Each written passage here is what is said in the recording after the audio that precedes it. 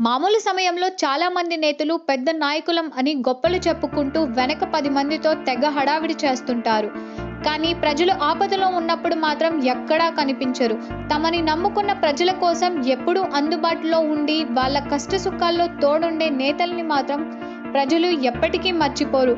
దేశంలో కరోనా విలయ తాండవం చేస్తుంది. ప్రజలు అల్లాడిపోతున్నారు. కూడు గూడు ఉన్నవాళ్ళు కాస్త పర్వాలేదు అనుకుంటే అవి లేని వాళ్ళ పరిస్థితి అగమ్య గోచరంగా మారింది. పని చేస్తే కానీ కడుపు నిండా తినని వాళ్ళు కొందరు అయితే తల దాచుకోవడానికి కూడా జాగా లేని వాళ్ళు మరికొందరు. బయట తిరిగితే కరోనా వస్తుందేమో అని భయం, ఇంట్లో ఉందాం అంటే అదీ లేదు. అలాంటి అభాగ్యులు రాష్ట్రం అంతటా ఉన్నారు. ఇదిలా ఉంటే కరోనా వైరస్ కట్టడి కోసం కేంద్రం దేశవ్యాప్తంగా లాక్డౌన్ ప్రకటించింది. దీంతో చిన్న చితక పనులు చేసుకునే వారు కూడా ఇళ్లకే పరిమితం కావాల్సి వచ్చింది. రోజుల తరబడి పనులు లేకపోవడంతో పేదలు ఇబ్బందులు ఎదుర్కొంటున్నారు. ప్రభుత్వాలు బియ్యం, కొంత నగదు సాయం చేస్తున్నప్పటికీ అవి ఏ మూలకు సరిపోవడం లేదు. దీంతో స్థానిక ప్రజాప్రతినిధులే రంగంలోకి దిగి ప్రజలకు సాయం చేస్తున్నారు. బియ్యం, కూరగాయలు లాంటి నిత్యావసర వస్తువులను పేదలకు అందజేస్తూ వారికి కొంతలో కొంత ఉపశమనం కలిగిస్తున్నారు. కేసీఆర్ పిలుపుతో చాలా మంది ఎమ్మెల్యేలు తమ నియోజకవర్గాల్లోని పేదలను ఆదుకోవడానికి ముందుకొస్తున్నారు.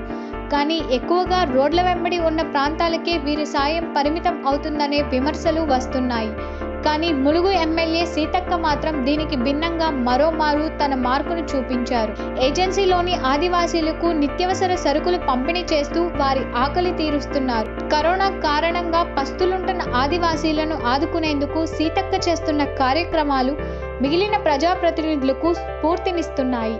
అడవుల్లో తిరుగుతూ, వాగులు వంకలు దాటుతూ, మారుమూల పల్లెల్లోని గిరిజన బిడ్డలకు నిత్య అవసరాలను అందజేస్తూ వారికి అండగా తానున్నానంటూ హామీ ఇస్తున్నారు. ఒకప్పుడు తన చేతిలో తుపాకీ ఉండేదని, ఇప్పుడు బియ్యం, కూరగాయలు ఉంటున్నాయని ఆమె ఆనందంగా చెబుతున్నారు.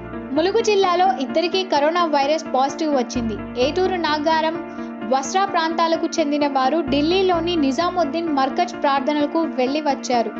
కిరాణా షాపులు నిర్వహిస్తున్న వీరికి కరోనా పాజిటివ్ రావడంతో బాధితుల కుటుంబ సభ్యులను, వారితో దగ్గరగా మెలిగిన వారిని క్వారంటైన్ సెంటర్లకు తరలించారు. ములుగు జిల్లాను నో మూవ్మెంట్ జోన్గా ప్రకటించడంతో ప్రజలు ఇళ్ల నుంచి బయటకు రాకుండా ఉన్నారు. దీంతో జిల్లా ప్రజలకు నిత్యావసర సరుకులు లభ్యం కావడం లేదు. ముఖ్యంగా మారుమూల ప్రాంతాల్లో ఉంటున్న వారి పరిస్థితి మరింత ఇబ్బందికరంగా మారింది.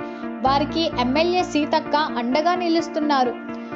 ములుగు నియోజకవర్గంలోని 700కు పైగా పల్లెలు ఉంటే ఇప్పటి వరకు 320 గ్రామాల్లో బియ్యం, కూరగాయలను ఆమె పంపిణీ చేశారు. ఎడ్ల బండి మీద, ట్రాక్టర్ మీద వెళ్తూ. అయితే కుదరకపోతే యువతతో కలిసి భుజాల మీద మోస్తూ మారుమూల ప్రాంత ప్రజలకు నిత్యావసరాలను పంపిణీ చేస్తున్నారు. ఇంకా సగానికి పైగా గ్రామాలకు పంపిణీ చేయాల్సి ఉందని, మాకు మద్దతుగా నిలవండని సీతక్క కోరుతున్నారు. ఈ క్రమంలో యువత తనకెంతగానో సాయం చేస్తోందని, వారు తనతో కలిసి రోజుకు 12 కిలోమీటర్లు నడుస్తున్నారని, బియ్యం మూటలను భుజాలపై మోస్తున్నారని ఆమె చెబుతున్నారు. ఈ నిత్యావసరాలు పంపిణీ చేయడమే కాదు, కరోనా బారిన పడకుండా ఏమేం జాగ్రత్తలు తీసుకోవాలనే విషయంపై కూడా ఆమె గిరిజనులకు సలహాలు ఇస్తున్నారు. పంట చేలల్లో పనిచేసే కూలీల దగ్గరికెళ్ళి సామాజిక దూరం గురించి వివరించి చెబుతున్నారు. తమ కోసం ఎమ్మెల్యే పడుతున్న తపన చూసి గ్రామాలకు వెళ్ళినప్పుడు కొందరు అడిగి మరీ ఆమె ఆకలి తీరుస్తున్నారు. ప్రజల కోసం ఆమె పడుతున్న కష్టానికి సంబంధించిన ఫోటోలు సోషల్ మీడియాలో వైరల్ అవుతున్నాయి. వాస్తవానికి సీతక్క అసలు పేరు ధనసరి అనసూయ. గతంలో నక్సలైట్గా ఆదివాసీల కోసం పోరాడిన ఆమె పేరు సీతక్కగానే అందరికీ సుపరిచితం. తర్వాత ఉద్యమం నుంచి బయటకొచ్చిన ఆమె టీడీపీ ద్వారా రాజకీయాల్లోకి అడుగుపెట్టారు. 2004 ఎన్నికల్లో ఓడిన ఆమె 2009 ఎన్నికల్లో విజయం సాధించారు. 2014 ఎన్నికల్లో చందులాల్ చేతిలో ఓడారు.